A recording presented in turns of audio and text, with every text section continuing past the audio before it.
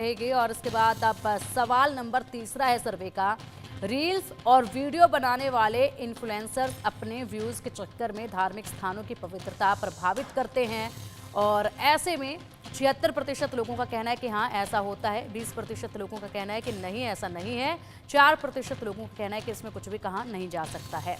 इसके बाद एक और सवाल पूछा गया, चारों धामों में पैसे देकर वीआईपी दर्शन की व्यवस्था नहीं होगी, क्या भगवान के दर्शनों में वीआईपी कल्चर बंद होना चाहिए? 75% लोगों का कहना है कि हाँ ऐसा होना चाहिए, वीआईपी कल्चर अब बंद करना चाहिए। 22% लोगों का कहना है कि नहीं ऐसा नहीं होना चाहिए। 3% लोगों का कहना है कि इसमें कुछ भी कहा नहीं जा सकता है। सलोनी जी, वीआईपी कल्चर क्या कहेंगे इसको लेकर आप? पिंकी जी, मुझे ऐसा लगता है कि भगवान के दरबार में कोई आम और खास नहीं होना चाहिए। अब देखिए, आप पूरी दुनिया तो ऐसे ही चल रही है कि अगर आपके पास पैसे हैं तो आपके पास ज्यादा संसाधन है, लेकिन अगर भगवान के दरबार में भी ये होने लग जाएगा तो आदमी को ऐसा लगेगा कि मेरे साथ छल हुआ है। मतलब भगवान का दरबार तो सबसे पवित्र दरबार होता है। तो मैं वीआईपी कल्चर के बिल्कुल खिलाफ हूँ। और मेरी नजर में जो असल वीआईपी लोग हैं वो हैं दिव्यांग, वो हैं एल्डरली लोग, जो सीनियर सिटीजन हैं, या कोई प्रेग्नेंट महिला, ऐसे लोग जिन्हें सच में आवश्यकता है इस वीआईपी कल्चर की। लेकिन अगर आप सोचें कि कोई फला फला मंत्री या कोई फला फला इंडस्ट्रियलिस्ट या कोई फला फला ब्यूरोक्रेट, अगर उन्हें हम वीआईपी मानते हैं तो वो ट्रू सेंस में वीआईपी नहीं है। मतलब भगवान के सामने हमारे साथ जुड़े हुए हैं पूजनीय स्वामी जी, तो उनसे मैं यही पूछना चाहूंगी कि क्या भगवान की नजर में भी कोई वीआईपी होता है क्या? तो जब भगवान की नजर में कोई वीआईपी नहीं है तो हम कौन होते हैं किसी को वीआईपी बनाने वाले और पैसे लेकर उनके दर्शन को जल्दी करवाने वाले? तो मुझे लगता है कि वीआईपी कल्चर अब बंद करने की जरूरत है। ये कॉलोनियल कल्चर था, इसको अब हटाने की जरूरत है अगर हमारे देश को प्रगति के रास्ते पर जाना है।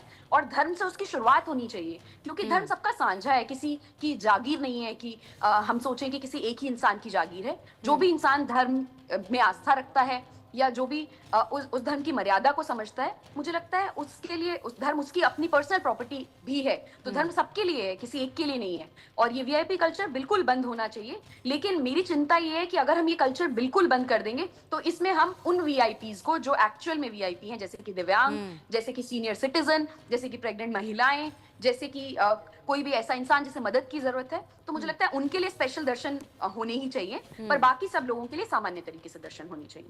बिल्कुल बिल्कुल यही होना चाहिए, क्योंकि कुछ लोग जो हैं वो सगे संबंधी वहाँ ड्यूटी पर तैनात हैं, उनसे संपर्क करते हैं, उनके दोस्त हैं या आरे प्यारे हैं, उनसे संपर्क करेंगे, उसके बाद जल्दी से जो है दर्शन करके फुर्सत पाना चाहेंगे।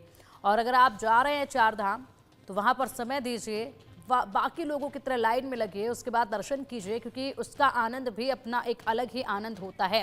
महाराज जी, अब आपसे पूछना चाहूँगे, क्या क्या बड़े बदलाव जो है होने की आज के वक्त में आवश्यकता आप महसूस करते हैं जब भी इस तरह के जगहों पर जाया जाए दर्शन करने के लिए?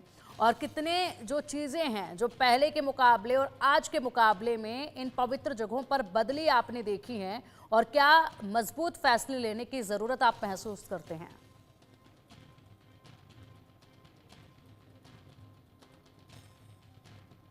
आवाज आ रही है मेरी? जी जी महाराज जी।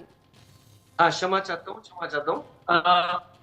हाँ जी, देखिए एक इस बात है कि आधुनिक काल के अंदर जैसा कि हम बातचीत कर रहे हैं, किसी भी प्रकार का वीआईपी कैसे हो सकता है धर्म के कार्यक्रमों के अंदर, धर्म के स्थलों के ऊपर?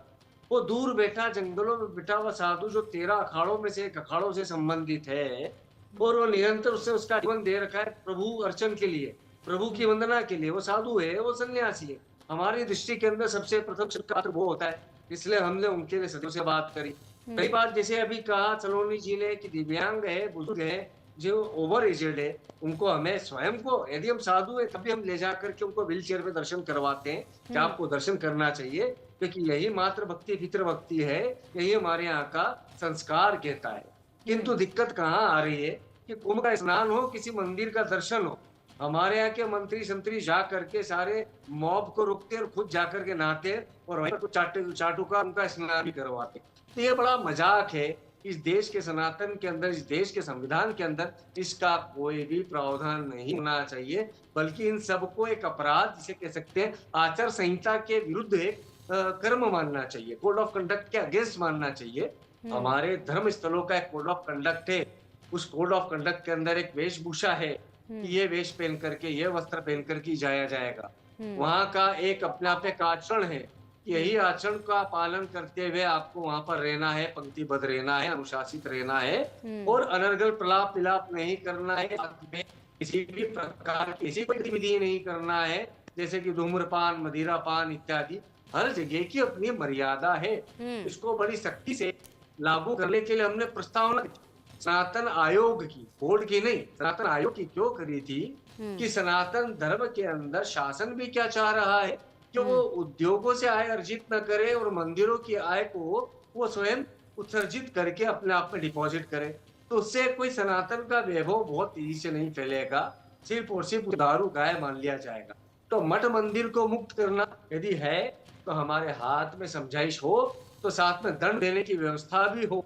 आप देखेंगे भिन्न धर्म स्थलों के ऊपर विदेशों के अंदर जो विधर्मी है उनके यहाँ पे दंड की कठोर व्यवस्था है, जिसे कह सकते हैं कि चिंता के कानून है। तो हमारे जिसे देखो हमारी देवी देवताओं के साथ मूर्ति बना लेता है, वीडियो बना लेता है, रील बना लेता है, पेंटिंग्स बना लेता है और हम उसको कहते हैं कि हम बहुत व्यापक रहने वाले हैं, हम सहिष्णु हैं, इसमें सहन कर लेंगे।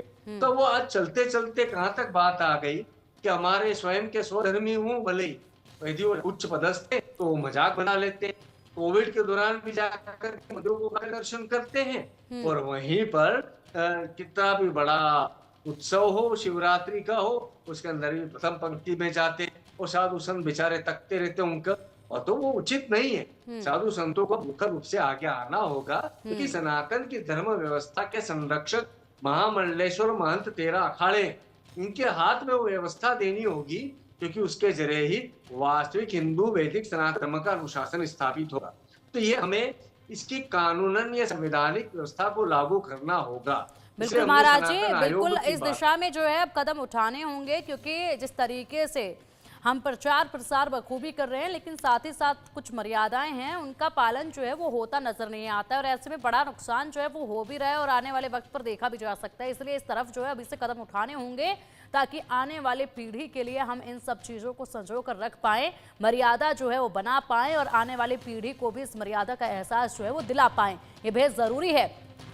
सलोनी जी, एक छोटा सा रिएक्शन मैं आपसे इस पर चाहूँगी, समय की बहुत ज़्यादा पाबंदी अब है, तो ऐसे में बताइएगा कि आप खुद डिजिटल प्लेटफॉर्म पर बहुत सक्रिय हैं, खुद बहुत सारी वीडियोस बनाते हैं, ऐसे वीडियोस बनाते हैं जिससे दूसरे लोग प्रभावित भी होते हैं, तो ऐसे में खुद बड़ा संदेश आप दुनिया को दे रही हैं। कई तरह के अलग अलग तरह के जो वीडियोस, जो रील्स हैं वो इन दिनों हमें डिजिटल प्लेटफॉर्म पर देखने को मिल रहे हैं। ये